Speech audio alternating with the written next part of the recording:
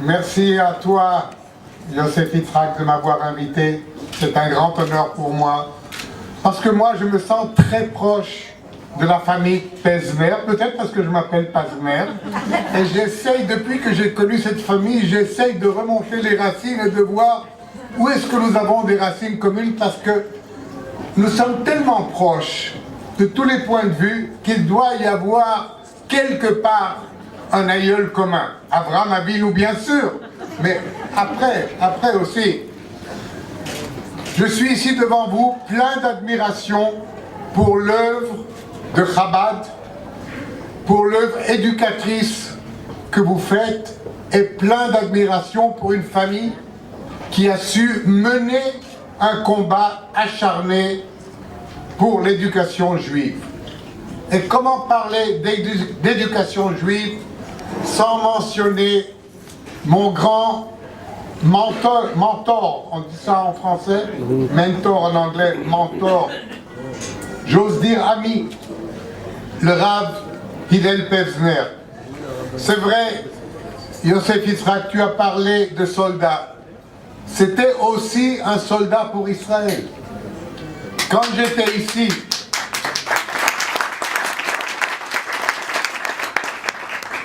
quand j'étais ambassadeur en France, et des fois nous avions un peu des ennuis avec un grand ami, avec Jacques Chirac, qui est un ami, mais Israël de temps en temps avait des petits ennuis. À qui je demandais d'aller parler avec Jacques Chirac? Au ministre des Affaires étrangères, au Premier ministre d'Israël? Non, au Rav Hillel. Il allait, il parlait pour Israël. Et il convainquait Chirac. Et je ne peux pas raconter en détail, mais je peux vous dire que c'était un homme qui n'était pas seulement un soldat, mais qui savait donner une chaleur humaine à tous et à toutes. Une autre petite anecdote pour les dames cette fois. Vous savez, quand j'étais ambassadeur à Paris, ma femme, Marty, qui malheureusement n'a pas pu venir aujourd'hui, était avec moi et tout le temps à Paris, elle se plaignait. Toi, tu es l'ambassadeur et moi, personne ne me traite spécialement. Quand on va dans les rues, ton escorte, elle me pousse pour te protéger. Quand on va dans les grandes réceptions, on dit voilà l'ambassadeur d'Israël. Où est l'ambassadrice? Mais chez les Lubavitch, chez le Rav et la rabbinite Pevzner, là j'ai été accueilli, là j'ai senti ma place. Je l'ai dit aux dames, parce que chez Chabad, chez la rabbinite Pevzner, vous êtes très importante, ok? Très importante, et vous le méritez bien.